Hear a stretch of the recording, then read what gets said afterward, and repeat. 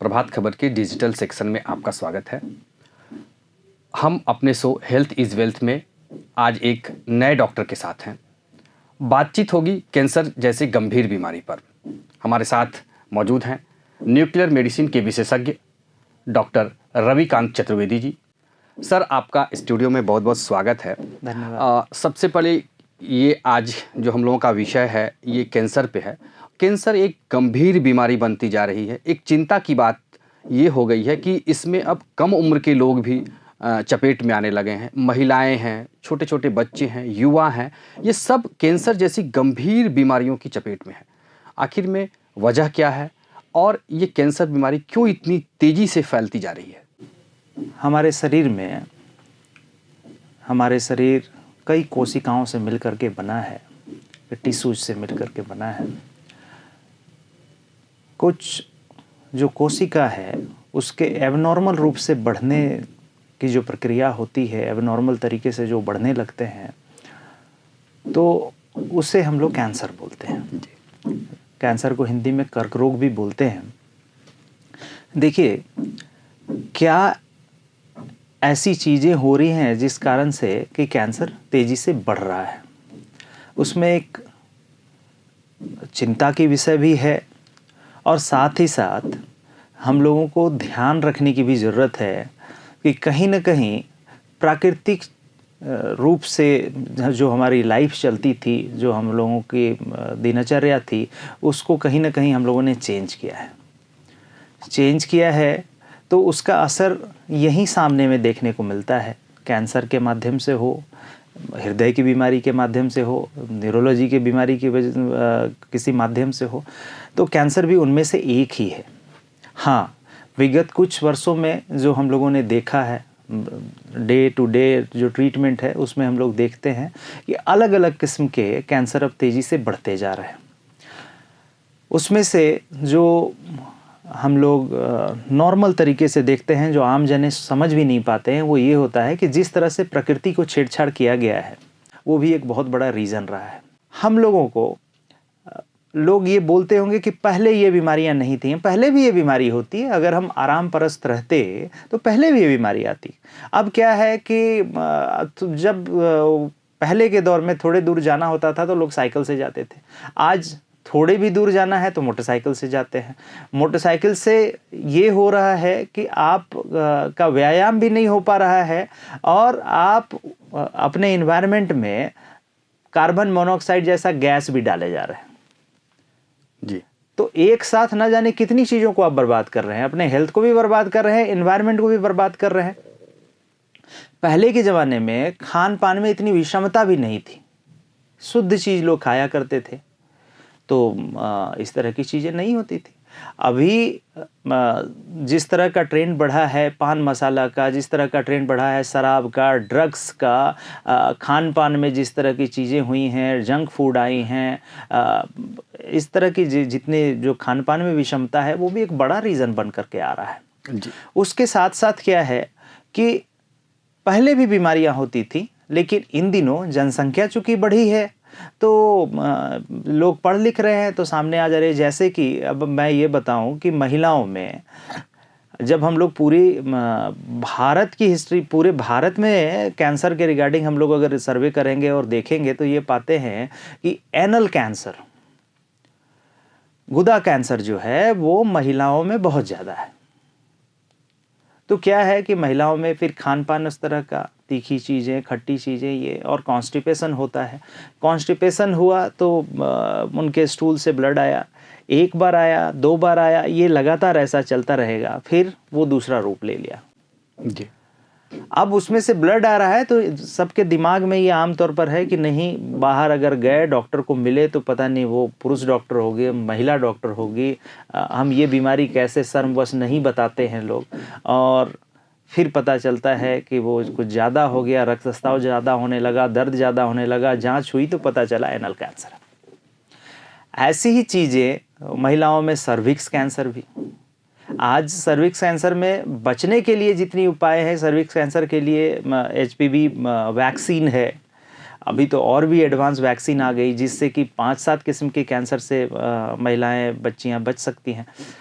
तो cervix cancer जैसी चीज़ें हैं। शुरुआती दौर में वो कुछ नहीं कहेंगे, शुरुआती दौर में ये पता चलता है कि भाई ये डिस्चार्ज हो रहा है, ब्लीडिंग हो रही है, और फिर बाद में धीरे धीरे वो देखते हैं सर्विक्स कैंसर का रूप। ठीक उसी तरह से है कि माउथ कैंसर भी उसी तरह से बढ़ रहा है। पान मसाला, सिगरेट, इन सब चीज़ों का यूज़ तो वो सामने में आ रहा है। कुछ लोग ये भी सवाल पूछेंगे कि साहब तंबाकू तो हमारे पूर्वज भी खाते आए हैं, हुक्का वो भी पीते आए हैं। हाँ, निश्चित तौर पर वो पीते आए हैं, निश्चित तौर पर ये हुआ है, लेकिन हर कोई को हो ये ज़रूरी नहीं है। पर हाँ, ये ज़रूरी है कि ये तंबाकू एक प्रोवोकेटिव फैक्टर तो ज़रूर है जी। आप अगर तंबाकू लेते हैं और सेल्स जहाँ पे वीक हो रहे हैं, कैंसरस सेल्स का डेवलपमेंट होना शुरू हो गया है, म्यूटेशन हो चुका है, तो वो बहुत तेज़ी से बढ़ेगा। तो बेहतर हो कि तंबाकू ना लें। जी। तो उससे एक चांसेस हैं कि हम उससे बचे रहें। सिगरेट ना लें तो हम बचे रहें। अब इसमें ज़रूरत क्या है कि अवेयरनेस प्रोग्राम हो, लोग ये जानें कि क्या क्या चीज़ें हैं जो प्रोवोकेटिव फैक्टर हैं, जिसके बारे में हम लोग को समझना है। जी। अब क्या है कि भाई कुछ लोग ऐसे हैं जो मांस खाते हैं, शराब पीते हैं। तो आप मांस खाते हैं, शराब पीते हैं, तो वो भी एक फैक्टर है। लिवर के कैंसर होने के चांसेस उतने ही ज़्यादा हैं। जी। फेफड़े के कैंसर होने के उतने ही चांसेस ज़्यादा हैं। लेकिन जानबूझ करके भी अगर आप ऐसे कर रहे हैं तो आप ये भी ख्याल रखें कि आपके बच्चे आपको ही ओबे करते हैं, आपको ही फॉलो करते हैं। जी, एकदम। तो फिर बच्चों में भी आ रहा है। जी, सही। स्कूल वाले बच्चे जो हैं वो ड्रग्स लेना शुरू किए हैं, स्कूल वाले बच्चे सिगरेट लेना शुरू किए हैं, शराब लेना शुरू किए हैं, तो कहीं ना कहीं वो समाज में देखते हैं। तो उनके दिमाग में चूंकि कोमल मन है, छोटा मन है, तो वो उनको ये समझ में नहीं आता है कि वो मूवी में वो एक्टर वो सिगरेट क्यों पी रहा है। लगता है हम भी सिगरेट पिए तो हम हीरो हो जाए। ये चीज़ें हम लोगों को गलत डायरेक्शन में लेके जा रही है। तो इसके रोकथाम के लिए हम लोगों को सबसे पहले अवेयरनेस प्रोग्राम करें, उसके बारे में बताएं कि ये कितना खतरनाक होता है। उसके बाद फिर आता है ट्रीटमेंट का पॉइंट। तो ट्रीटमेंट का पॉइंट भी हमें ये भी जान करके रखना है कि कुछ कैंसर ऐसे हैं जिसमें कि इंसान बचता है, बहुत दिनों तक बचा के रखा जा सकता है, और कुछ कैंसर ऐसा है जो बहुत तेज़ी से फैलता है और जल्दी ही डेथ होती है। जो सवाल आपने पूछा वहाँ पर फिर जाते हैं कि हमारे देश में अभी भी हेल्थ चेकअप बिल्कुल हम उसमें पीछे हैं। जी। हम बिल्कुल पीछे हैं। अगर हमारा रूटीन हेल्थ चेकअप होता रहे तो कैंसर को आसानी से पकड़ा जा सकता है। हमारे देश में ऐसा हाल है कि हमारे यहाँ की सेलिब्रिटी या जो अपर क्लास वाले हैं वो भी जल्दी अपना हेल्थ चेकअप नहीं कराते हैं, पता नहीं कौन सी बीमारी सामने आ जाए। जी। लेकिन ये भी तो हो सकता है ना, उसके बनस्पत ये भी तो हो सकता है कि अगर हम जांच करा रहे हैं तो अर्ली स्टेज, अगर कोई बीमारी पनप रही है हमारे अंदर तो अर्ली स्टेज में पता चल जाए। ये कर। हाल के दिनों में हमने कुछ एक्टर एक्ट्रेस को खोया है, तो इसका मतलब है कि वो रूटीन चेकअप में नहीं थे। जी। हम लोग को एक एग्जाम्पल है हमारे बीच में, हमारे एक क्रिकेटर होते थे युवराज सिंह। युवराज सिंह का चूँकि रूटीन चेकअप होता रहता था, उनके फेफड़े का कैंसर पनपा तो जल्दी से पता चल गया। रूटीन चेकअप हो रहा था तो जल्दी से पता चला, जल्दी पता चला तो जल्दी ट्रीटमेंट हुआ, जल्दी ट्रीटमेंट हुआ तो अभी तक वो हमारे बीच में हैं। जी, जैसा कि डॉक्टर साहब आप ने बताया कि जागरूकता बहुत ज़रूरी है। WHO ने भी बहुत मतलब आगाह किया है भारत सरकार को भी, स्वास्थ्य मंत्रालय को भी, कि कैंसर को अब आप नियंत्रित करने के लिए जागरूकता कार्यक्रम चलाएं। आपने भी कहा जागरूकता कार्यक्रम होनी चाहिए।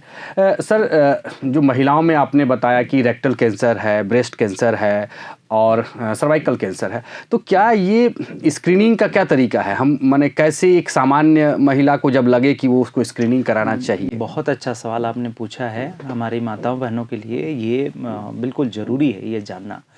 देखिए, जैसे स्तन कैंसर की बात करते हैं तो शुरू वो होता है एक गांठ से। जी। हमारे ब्रेस्ट, महिलाओं के ब्रेस्ट के या पुरुषों में भी ब्रेस्ट के आसपास में लिम्फ नोड बहुत सारे होते हैं। जो लिम्फेटिक टिश्यूज़ हैं वो हमें बचाने के लिए, हमारे बचाने के लिए वो काम करते हैं।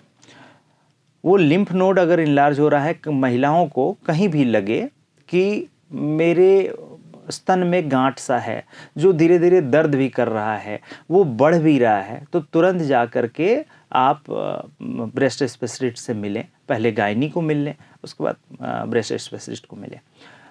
उसके लिए फिर वो आपके मैमोग्राफी करेंगे। मैमोग्राफी करेंगे तो किस तरह का नोड्यूल है, कोई ट्यूमर तो नहीं है, और अगर है तो वो किस तरीके का ट्यूमर है, ये जानकारी मिलेगी। उसी के हिसाब से फिर खून की भी जांच होगी। अगर कुछ भी ऐसा शक हुआ तो उस गांठ में एक निडल डाल करके FNAC के लिए चली जाती है, उसकी जांच होती है। उससे पता चलता है कि अगर ये कैंसरस है या छोटा मोटा कोई ट्यूमर है या प्लेन लिम्फ नोड है। अगर ऐसा है तो वो लिम्फ नोड अगर बढ़ रहा है तो उसे काट करके निकाल दिया जाता है, वो बहुत छोटी सी प्रक्रिया है। अगर वो कैंसरस सा लग रहा है तो ब्रेस्ट के उस पर्टिकुलर एरिया को निकाल दिया जाता है। फिर कीमोथेरेपी और रेडियोथेरेपी जैसी चीज़ें होती हैं, और पेशेंट काफ़ी दिनों तक सर्वाइव करता है। फिर उसी तरह से सर्विक्स कैंसर है जी। सर्विक्स कैंसर अगर हुआ है, फिर वहाँ पर भी सेम प्रक्रिया होती है, उसकी जांच होती है। किस तरह का वो कैंसर है, क्या वो पूरे शरीर में फैलने वाला है या लोकलाइज रहने वाला है, वो कैंसर सर्जन जो हैं वो डिसाइड करते हैं और फिर सर्जरी करके उस एरिया को निकालते हैं जी। दूसरी चीज़ क्या होता है, सर्विक्स कैंसर में जो हम लोग देखते हैं, जो केस का डेटा है वो ये बता रहा है कि ना केवल वो आपके शरीर को प्रभावित करता है, आपके मन को भी बहुत हद तक प्रभावित कर देता है। वो ऐसे पेशेंट्स जिनकी सर्विक्स कैंसर है, उनको हम लोगों ने देखा है कि वो सीवियर डिप्रेशन में भी चले जाते हैं, और वो डिप्रेशन से फिर निकालना संभव नहीं हो पाता है, वो आसान नहीं होता है। तो अगर ऐसा सर्विक्स कैंसर जैसा आता है तो वो सर्जिकल ऑन्कोलॉजी वाले लोग उसको देखते हैं, सर्जरी करते हैं। फिर जा कर के वो मेडिकल ऑन्कोलॉजी वाले लोग कीमोथेरेपी, रेडिएशन ऑन्कोलॉजी वाले रेडियोथेरेपी, ये सारी चीज़ें होती है। उसके लिए स्पेशलिस्ट डॉक्टर हैं, वो काम करते हैं। जितनी की ज़रूरत है, जितने रेडिएशन की ज़रूरत है वो दिया जाता है, जितने कीमोथेरेपी की ज़रूरत है वो दिया जाता है। उसके बाद ऐसे पेशेंट्स को काउंसलिंग भी की जाती है ताकि वो बहुत ज़्यादा डिप्रेशन में ना चले जाएं। फिर हम आते हैं जो रेक्टल कैंसर है, उसके बारे में मैंने बताया ही। वैसे केसेस में भी क्या होता है कि कुछ एरिया को काट करके निकाला जाता है, वहाँ कीमोथेरेपी दी जाती है, बशर्ते वो मेटास्टेटिक ना हो, मतलब कि वो इस स्टेज में ना पहुँच गया हो कि वो चारों तरफ शरीर में चारों ओर फैल जाए और फिर पेशेंट की डेथ हो। तो इसलिए ज़रूरी है कि अगर एनस के एरिया में आपको कुछ समय से दर्द रह रहा है या कोई गांठ सी लग रही है या ब्लीडिंग हो रही है तो तुरंत डॉक्टर को मिलिए। इसमें शर्म की बात नहीं है। आप अगर जीवित हैं तो वो शर्म भी है, सारी चीज़ें हैं। आप जब बचेंगे ही नहीं तो फिर वो शर्म किस काम का। तो इसलिए वो वैसे शर्म करने का कोई फ़ायदा नहीं है। आप अपने डॉक्टर के पास जाएं, डॉक्टर साहब बताएंगे कि ये क्या लग रहा है और इसके लिए जो भी सूटेबल जांच है वो किया जाएगा। आज तो अब ये है कि गरीब से गरीब तबका भी है, उनके पास भी आयुष्मान की शक्ति है जी। वो आयुष्मान वाली ट्रीटमेंट है, वो बड़े हॉस्पिटल में भी जा कर के अपनी ट्रीटमेंट करा सकते हैं। अब सरकार ने ये कर रखा है कि अब मेडिकल कॉलेज में भी ऑन्कोलॉजी का डिपार्टमेंट है, मेडिकल कॉलेज में भी जा सकते हैं, बहुत सस्ते दर में वहाँ पर इलाज भी हो जाती है। तो ये चीज़ें हैं कि उसे ऐसे ना छोड़ें। अगर इस तरह की चीज़ें आप पाई जा रही है तो तुरंत से डॉक्टर को मिलें। वो जो प्रोसेस होता है उस प्रोसेस के अंतर्गत सारी ट्रीटमेंट बढ़ती है और सही समय पर सही ट्रीटमेंट कर लेने के बाद डेथ के चांसेस कम होते हैं। सर, आपने कहा कि बहुत सारे अब टीका भी आ गए हैं, जैसे में सर्वाइकल कैंसर की बात करें तो वो कब किस उम्र में बच्चियों को लगाया जाए और कब जो है वो हम उपलब्ध हो पाता है, बाज़ार में कितना उसका दर है, और क्या कुछ अगर थोड़ी सी जानकारी अगर दर्शकों अभी आ रहा है। अभी एक वैक्सीन है सर्विवैक्स करके, सर्विक्स कैंसर के लिए आती है। वो 5-6 किस्म की कैंसर से, एनल कैंसर है, रेक्टल कैंसर है, आपको वेजाइनल कैंसर है, इवन माउथ कैंसर से भी वो बचाता है। तो वो सर्विवैक्स वगैरह जो आती है वो इस तरह की, और HPV वैक्सीन पहले से भी थी, HPV होती थी वैक्सीन, जो 10 साल की बच्ची से स्टार्ट होता था, 10 साल की बच्ची को दिया जाता था, 6-6 महीने के अंतराल में वो 2 या 3 टीका ऐसे पड़ता था जिससे कि सर्विक्स कैंसर से बचते थे। लेकिन अब वो 2 टीका ऐसा आ गया है कि वो सर्विवैक्स जो है वो 10 साल के उम्र से लेकर के शायद 40 साल तक की महिलाओं को लगता है, और उससे कई किस्म की बीमारियों, कई किस्म के कैंसर से बचते हैं लोग, और वो 6 महीना के अंतराल में 2 पड़ता है। जी, आप लगातार हमारे दर्शकों को अच्छी अच्छी जानकारियाँ भी दे रहे हैं, बचाव के आप तरीके भी बता रहे हैं। तो एक चीज़ हम ये जानना चाहेंगे कि आपने कहा कि माने जो तंबाकू और अन्य पदार्थों के सेवन करने से कैंसर जैसी बीमारियों का खतरा बढ़ा है, लेकिन अभी हाल फिलहाल में देखा जा रहा है कि एक बड़ी चिंतनीय बात ये हो गई है कि नॉन अल्कोहलिक लोगों को भी लीवर कैंसर जैसी समस्याएं बढ़ गई हैं। हाँ। तो ये वजह क्या है कि आप तो बिल्कुल बच पाएंगे? हाँ, बिल्कुल बिल्कुल, आपका कहना बिल्कुल सही है कि ऐसा भी देखा गया है कि जो व्यक्ति नॉनवेज नहीं खाते हैं, जो व्यक्ति शराब नहीं पीते हैं, तंबाकू नहीं लेते हैं, उन्हें भी लीवर कैंसर का शिकायत रहता है। देखिए, ये सब म्यूटेशन से, sudden change in genetic sequence है। कई कारण हो सकते हैं, जैसे आजकल के दौर में भारत जैसे देश में, किसी और देश का नाम मैं नहीं लेना चाहता, वो गरीब देश हो या अमीर देश हो, भारत जैसे देश में आसानी से दवाइयाँ, आप केमिस्ट के यहाँ जाएंगे तो दवा मिल जाती है। प्रॉपर एक्सरसाइज नहीं करेंगे, स्ट्रेचिंग नहीं करेंगे तो आपके मांसपेशियों में दर्द होगा, पीठ में दर्द होगा। कोई भी दर्द हुआ, आप गए, आपने केमिस्ट के पास आप गए, भैया मुझे दर्द हो रहा है, उन दर्द की दवा उन्होंने दे दी। भैया मुझे बुखार हो रहा है, बुखार की दवा उन्होंने दे दी। भैया मेरे मुंह में छाले आ रहे हैं, उन्होंने दवा दे दी। उन्हें तो उसकी पढ़ाई नहीं है, उनको तो उस चीज़ की समझ नहीं है। उन्हें ये समझ में आ रहा है कि दर्द निवारक दवा है, वो दे दो।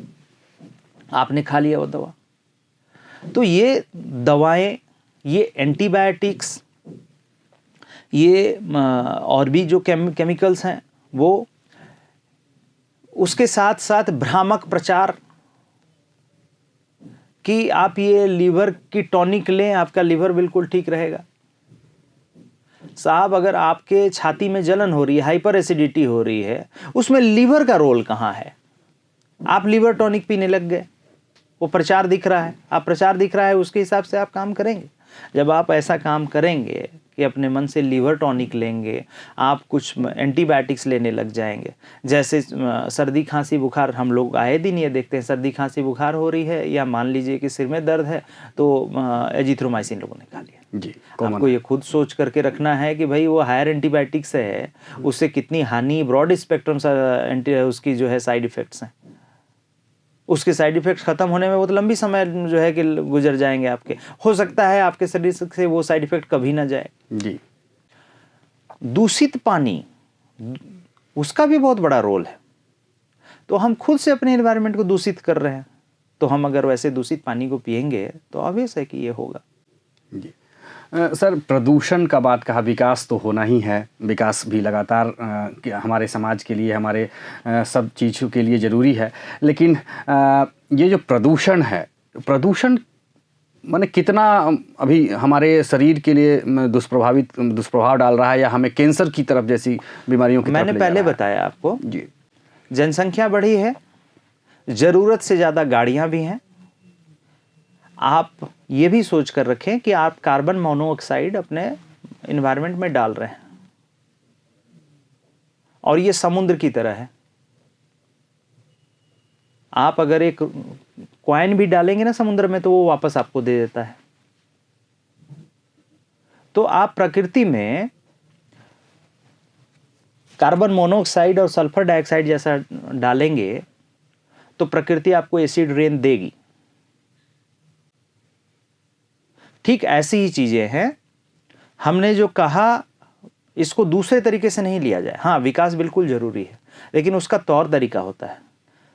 अगर कोई सड़क को आपने बीचों बीच काट दिया तो आपको ये ख्याल रखना पड़ेगा कि जो उसमें से मिट्टी निकल रहा है, जो धूल है, वो एनवायरनमेंट में फैलेगा। और रेगुलर अगर वो धूल, वो पॉल्यूटेंट्स, वो पत्थर का टुकड़ा, वो पत्थर का डस्ट आप उसमें डाल दिए, अगर वो रेगुलर आपके सांस की नली में जाए तो क्या होगा? तो ये तो सबका कर्तव्य है कि इसे चेंज तो करना पड़ेगा। सर एक और महत्वपूर्ण सवाल लेना चाहेंगे हम लोग कि कैंसर से बचाव के लिए हमारी जीवन शैली कैसी होनी चाहिए, कैसा जीवन हम जिएं जिससे कि कैंसर जैसे इस गंभीर बीमारी से हम अपने आप को बचा लें। सबसे पहले जो मैंने जिक्र किया है, दूषित पानी, उससे बचना होगा। दूसरा, जो खान पान में बहुत हद तक बदलाव लाना होगा। जो हमारी जनरेशन मांस की तरफ, नॉनवेज की तरफ जो जा रहे हैं, जो जंक फूड की तरफ जा रहे हैं, ठीक है, उसमें बदलाव लाना ही होगा। हमें अपने दिनचर्या में बदलाव लाना ही होगा। व्यायाम उतनी ही ज़रूरी है। जितना आप खाना खाएंगे उतना काम आपको करना पड़ेगा। अगर नहीं करेंगे तो आप निश्चिंत रहें, आज हो, 6 महीने के बाद हो, 1 साल के बाद हो, वो आपको परेशान करेगा ही करेगा। ये बीमारी अगर नहीं तो दूसरी बीमारी से ही, लेकिन वो परेशान करेगा आपको। तो जो खान पान है उसमें हमें बदलाव लाना होगा, हमें अपने दिनचर्या में बदलाव लाना होगा, हमें एक्सरसाइज करना होगा। तो बचाव के लिए तो एक्सरसाइज, मेडिटेशन, खान पान में बदलाव, अपने दिनचर्या में बदलाव। अब क्या हो रहा है कि बीमारियों का एक बहुत बड़ा कारण है मोबाइल जो हम पकड़ रहे हैं। मोबाइल से रेडिएशन होता है, उस हम सब जानते हैं। सिग्नल पकड़ रहा है, आप उसके बारे में बताना होगा बच्चों को। आज तो बच्चे मोबाइल देख के ही खाना खा रहे हैं, ठीक है, उसके बिना सो नहीं पा रहे हैं आप। तो कई किस्म की बीमारियां वहीं से शुरू हो जा रही हैं। उस रेडिएशन का असर ये हो रहा है कि ब्रेन ट्यूमर का रूप ले रहा है। सर एक और आपसे सवाल जानना चाहेंगे, चूँकि आपके पास प्रतिदिन मरीज आते रहते हैं। झारखंड में कैंसर का क्या सिनेरियो है, क्या स्थिति है झारखंड में? देखिए, झारखंड में कैंसर हॉस्पिटल जो बनी, तो उसकी आंकड़ा को अगर हम लोग देखेंगे तो बहुत तेज़ी से जो हमारे क्षेत्र में शराब के कारण या स्मोकिंग के कारण आंत वाले कैंसर, लिवर वाले कैंसर, और जो ये कोल फील्ड है और जो आयरन ओर वाली फील्ड है, उसमें से आने वाले लंग कैंसर के मरीज बहुत तेज़ी से बढ़े हैं। महिलाओं में भी जो ये एनल कैंसर का जो मामला है, महिलाओं में, पुरुषों में, उसकी भी काफ़ी ज़्यादा जो है परसेंटेज देखने को मिल रही है। लेकिन सबसे ज़्यादा जो झारखंड में अगर हम लोग पाते हैं, फेफड़े का कैंसर। तो डॉक्टर साहब ने हमें देखा आपने कि कितनी महत्वपूर्ण जानकारी दिया उन्होंने ये भी बताया कि कैसे जो है ओवरलोड हो जा रहा है दवाइयों का, हम अनावश्यक दवाइयों का उपयोग कर रहे हैं, जिसकी ज़रूरत हमें नहीं है उन दवा को भी हम ले रहे हैं। हल्की समस्याओं में हम एंटीबायोटिक्स और दर्द निवारक दवाओं का उपयोग करते हैं, जो कहीं ना कहीं हमारे स्वास्थ्य पर उसका दुष्प्रभाव डालता है, विपरीत असर डालता है और कैंसर जैसी गंभीर बीमारियों को जन्म देता है। उन्होंने ये भी बताया कि हमारा लाइफ स्टाइल जो है वो काफ़ी महत्वपूर्ण है। अगर हम स्वस्थ जीवन शैली को जीना चाहते हैं, गंभीर बीमारियों को से बचना चाहते हैं, तो इसका उपयोग बंद करेंगे और अपने जीवन शैली में सुधार लाएंगे। हम अगले अंक में एक नए डॉक्टर के साथ फिर होंगे। तब तक के लिए आप बहुत बहुत धन्यवाद। प्रभातखबर.com, विश्वास वही, रफ्तार नहीं।